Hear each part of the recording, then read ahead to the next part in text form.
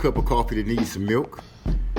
Top ranks Bob Arum and Tyson Fury are claiming that he's the number one heavyweight in the world.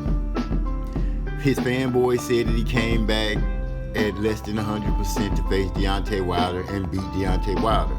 That's not true. Now, he had 2 warm-up fights before facing Deontay Wilder, and you say he wasn't at 100%. He runs from the rematch, but you claim he's number one.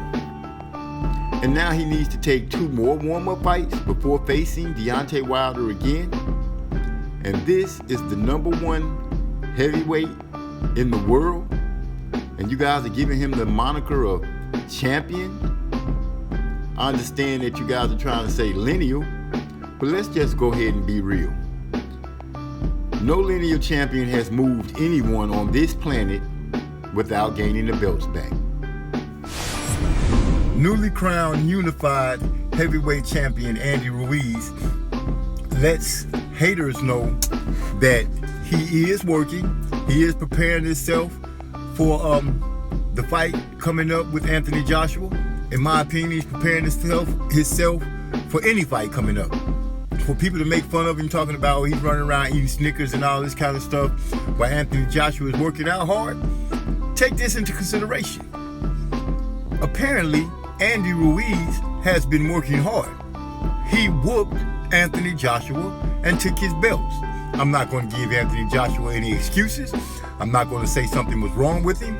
By his own admission, and Eddie Hearn's own admission, there was nothing wrong with Anthony Joshua. Therefore, Andy Ruiz Jr. whooped him, took his belts with whatever regimen of training he was on. Chew on that. Well, it looks like Anthony Joshua is serious about trying to get his footwork together and some head movement, because I've been seeing him, as you can see here. I bring it to you from Twitter so they can't say I'm full of, whatever it is they be trying to say. But as you can see, the man is trying to get himself together in hopes of winning his belts back from Andy the Destroyer Ruiz, Mexican heavyweight champion, unified of the world. So, we'll see how this road to redemption goes.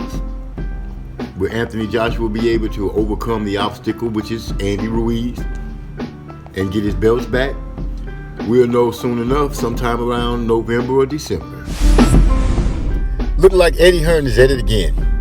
Now he's making false statements of concern that when the WBC elevates Deontay Wilder to franchise champion, he and Dillian White do not want to be just handed the WBC heavyweight champion strap.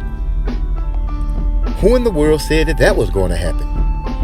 That happened with Canelo for reasons we all could see. Canelo was holding on to a belt, jumping weight classes, and refusing to fight the 2 top 160 pounders, Jamal Charlo and Demetrius Andreas, in which case they turned Canelo into the franchise champ, a nice way of stripping him of his belt and making Jamal, who deserved it, the middleweight champion of the world. That scenario was not taking place in the heavyweight division. Dillian the Body Snatcher has had ample time and chances to set himself up for a heavyweight fight for the WBC strap, and each time he turned it down. So go sit down and stop crying. Well, it looks like Paul George has left OKC and joined the Clippers. Kawhi Leonard has left Toronto and joined the Clippers. Anthony Davis has teamed up with LeBron with the Lakers, as well as Danny Green. There are a lot of moves taking place in the NBA. Teams have fluctuated and changed. Kevin Durant and Kyrie are now in Brooklyn. So the NBA has a new landscape. And I know a lot of you are saying, why is M.Z, who talks boxing, talking about basketball? Because we talk about other stuff too. We just wanted to let you know that these things have taken place in the NBA. So if your favorite team has lost your favorite player, then maybe you're about to get a new favorite team.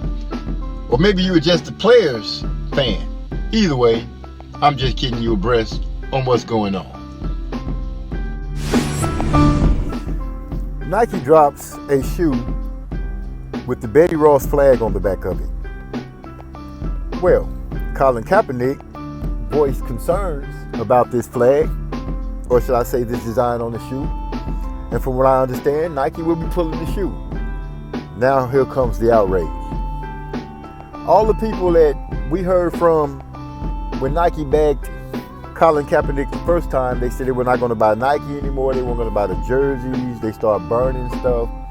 These are the same people that are now outraged because they got rid of that racist symbol.